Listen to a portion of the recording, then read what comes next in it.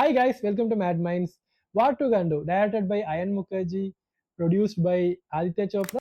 YRF spy യൂണിവേഴ്സിന്റെ ഒരു ഭാഗമാണ് ഈ മൂവി. ആ സ്പൈ യൂണിവേഴ്സിന്റെ മോസ്റ്റ് എക്സ്പെൻസീവ് മൂവിയും കൂടിയാണത്. നമുക്ക് ഇതിന്റെ പോസിറ്റീവ് പറഞ്ഞു തുടങ്ങാം. ഹൃതിക് റോഷനാണ് ഇതിന്റെ മോസ്റ്റ് ഹൈലൈറ്റഡ് പാർട്ട്. ആളുടെ ഒരു സ്ക്രീൻ പ്രസൻസ്, ആളുടെ ഒരു ലുക്സ്, ആളുടെ ബോഡി, ആളുടെ ഡാൻസ്, ഇതെല്ലാം ടോപ്പ് ക്ലാസ് ആണ്.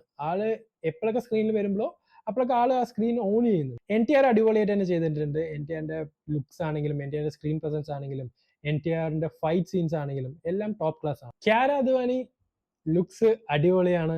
പക്ഷെ അതിന് പുറമെ എന്തെങ്കിലും ഇതിൽ ആഡ് ചെയ്തിട്ടുണ്ടോ മൂവിക്ക് എന്ന് പറഞ്ഞാൽ ഇല്ല. സോങ് ഡാൻസ് ഒക്കെ നന്നായിട്ട് തന്നെ ചെയ്തിട്ടുണ്ട്. ഹൃത്തിക്കും NTRും തമ്മിലുള്ള സീൻസ് ഒക്കെ അടിപൊളിയായിട്ട് തിയേറ്ററിൽ കാണാൻ നല്ല ഫണ്ണായിരിക്കും. പിന്നെ മൂവിയിലേക്ക് വരുമ്പോൾ സ്റ്റോറി ഉണ്ടോ, അതാണ് എന്റെ ചോദ്യം. സ്റ്റോറി ഉണ്ടോ എന്ന് ചോദിച്ചാൽ അറിയില്ല. ഇത്രയും വലിയൊരു ബഡ്ജറ്റ് ഉള്ള മൂവിക്ക് VFX തന്നെ കുറവായിരുന്നു. VFX അങ്ങോട്ട് വർക്ക്ഔട്ട് ആയില്ല. ഒരു ബിഗ് മൊമെന്റ്സിൽ, ഒരു മാസീവ് മൊമെന്റ്സിലുള്ള സീൻസ് ഒന്നും അങ്ങോട്ട് എക്സിക്യൂഷൻ കറക്റ്റ് ആയില്ല.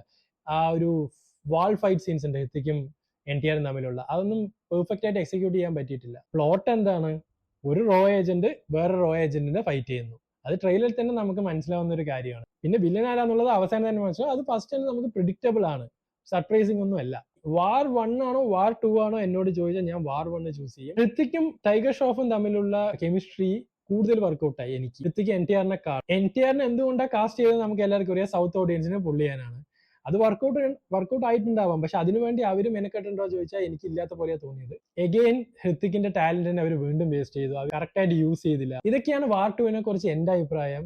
നിങ്ങളുടെ അഭിപ്രായങ്ങളും കമന്റ്സിൽ ഷെയർ ചെയ്യുക. ഈ മൂവിന്റെ വേറെ ലാംഗ്വേജിലുള്ള റിവ്യൂസും ഞങ്ങളുടെ ചാനലിൽ അവൈലബിൾ ആണ്. Please check it out. ഇതുപോലുള്ള കൂടുതൽ റിവ്യൂസിന് ഞങ്ങളുടെ ചാനൽ സബ്സ്ക്രൈബ് ചെയ്യുക, ബെല്ലൈക്കൺ ടിങ് ടിങ് അടിക്കുക. കൂടുതൽ റിവ്യൂസ് ആയിട്ട് വീണ്ടും കാണാം. അതുവരെ take care and good bye.